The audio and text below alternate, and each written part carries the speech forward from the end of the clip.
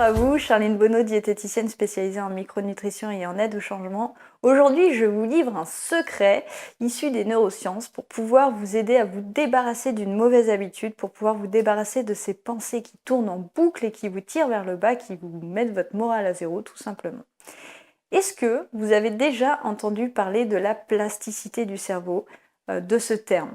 En fait, quand on parle de plasticité, c'est que finalement le cerveau est capable de créer comme ça tout le temps, hein, certainement plus quand on est jeune, mais en tout cas il en est capable tout au long de votre vie, et ça c'est la bonne nouvelle, il est capable de créer des connexions synaptiques, d'en changer, c'est ce qu'on appelle la plasticité du cerveau en fait. Il est vraiment capable de se reprogrammer et recréer des connexions.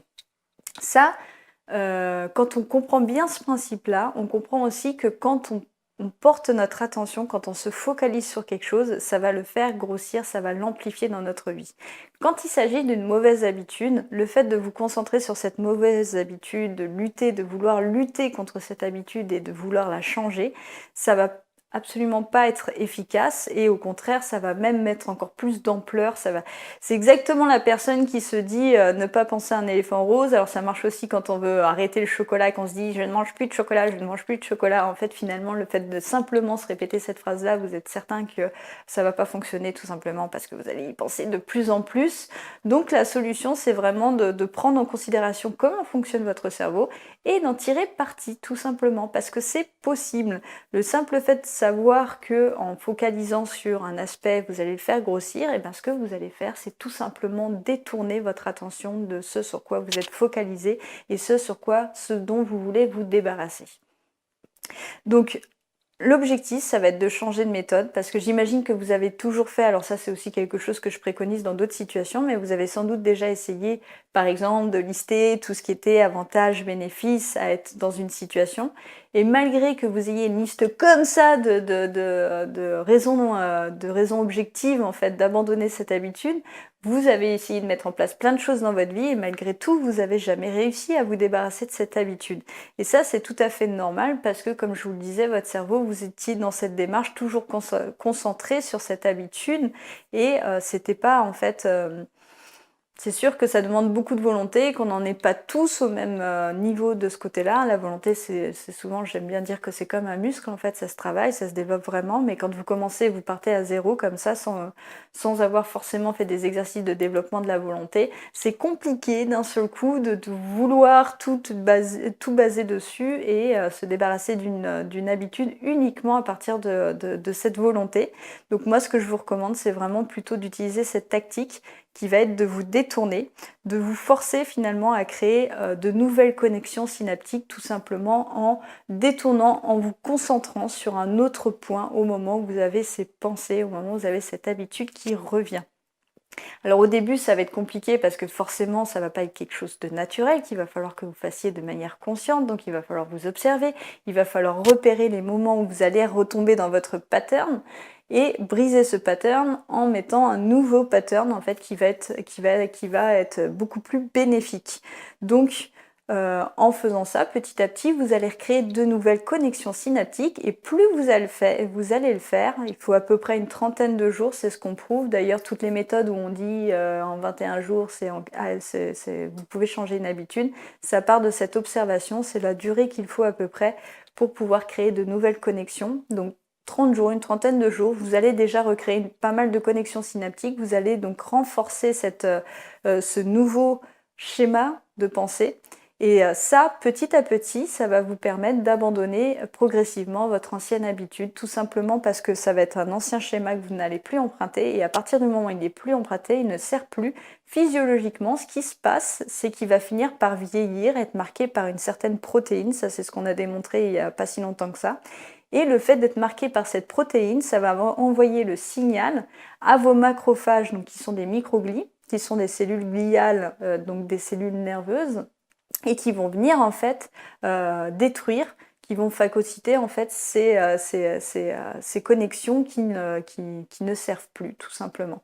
Donc petit à petit, vous allez donc renforcer d'un côté votre schéma en créant, enfin en choisissant donc ces nouvelles connexions, ces nouvelles actions, ces nouvelles pensées que vous allez créer. Donc vous allez le renforcer d'un côté en y pensant de plus en plus tous les jours. Enfin, dès que ça vous arrivera, vous allez vraiment le renforcer.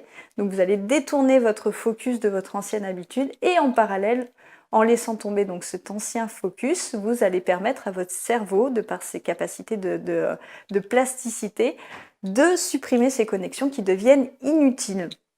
Alors ça c'est très bien, mais comment fait-on pour justement se détourner de ces anciennes pensées et comment fait-on pour se concentrer sur des choses plus positives? Eh bien vous allez tout simplement utiliser la méthode des questions. Les questions c'est vraiment un exercice qui est très puissant, c'est-à-dire plutôt que de vous répéter par exemple des choses du genre, je sais pas moi, j'ai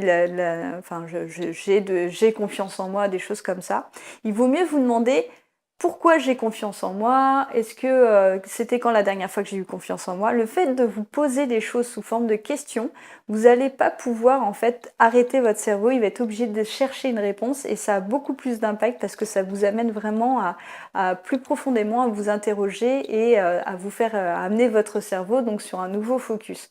Donc plutôt que d'affirmer des choses qui vont être contraires. Moi, ce que je vous recommande, c'est plutôt de vous poser des questions qui vont vous amener dans cette façon de voir qui va être inverse. Par exemple, si vous vous sentez triste, vous allez vous poser des questions du genre c'est quoi qui me fait rire? C'était quand la dernière fois que j'ai rigolé aux éclats? C'était quand la dernière fois que je me suis amusée? Qu'est-ce que je faisais? Posez-vous tout ce genre de questions pour justement détourner votre cerveau de toute cette tristesse et de toutes ces pensées habituelles que vous avez quand vous ressentez cette émotion. Parce que c'est ça aussi qu'il faut bien comprendre, c'est qu'une émotion finalement c'est quoi? C'est une sensation. Et cette sensation, elle est juste attachée à un souvenir dans votre vie. Donc ça fait remonter une émotion en fait. Et c'est ce qui se passe tout le temps. Donc ce que vous allez faire, c'est que là, vous allez vraiment briser ce schéma. Vous allez ressentir cette sensation, certes. Sauf que vous allez orienter votre cerveau sur une autre sensation. Et ça va vraiment finir par détourner ce fonctionnement, enfin ce schéma de pensée, ce pattern que vous avez actuellement.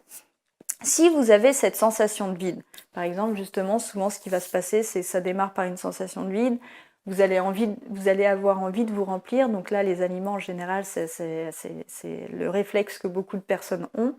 Et bien, plutôt que de continuer donc votre schéma de pensée, votre schéma d'habitude et aller justement vers l'alimentation pour combler cette sensation de vide, ce que vous allez faire, c'est que vous allez à ce moment-là vous forcez à vous poser des questions du type c'était quand la dernière fois que je me suis sentie bien entourée? C'était quand la dernière fois que je me suis sentie fière de moi?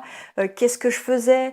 Qu'est-ce que je ressentais comme sensation? Forcez votre cerveau à se concentrer sur des émotions qui sont contraires tout simplement parce qu'il ne pourra pas ressentir les deux sensations en même temps. Donc là, vous allez le contourner et ça, vous allez le faire à chaque fois. Et d'ici une trentaine de jours, vous allez vraiment briser ce pattern. Ça marche vraiment pour toutes les personnes qui vont être aussi négatives, le fait de sentir donc ne pas être optimiste, des choses comme ça, vous pouvez vraiment changer cette façon de faire, cette façon de voir les choses, tout simplement en forçant votre cerveau, en le concentrant sur d'autres choses. Donc voilà, c'était le secret que je voulais vous donner aujourd'hui, en tout cas. Pour changer cette habitude, c'est tout simplement vous détourner, construire une nouvelle connexion synaptique en forçant votre cerveau à se focaliser sur des émotions, des sensations qui vont être contraires à celles qui vous amènent à avoir ce comportement. Voilà, donc c'est tout pour aujourd'hui. On se retrouve demain pour une prochaine vidéo. En attendant, n'oubliez pas qu'un changement alimentaire, ça passe par un changement global et que tout ça, ça repose sur un pourquoi fort. À demain.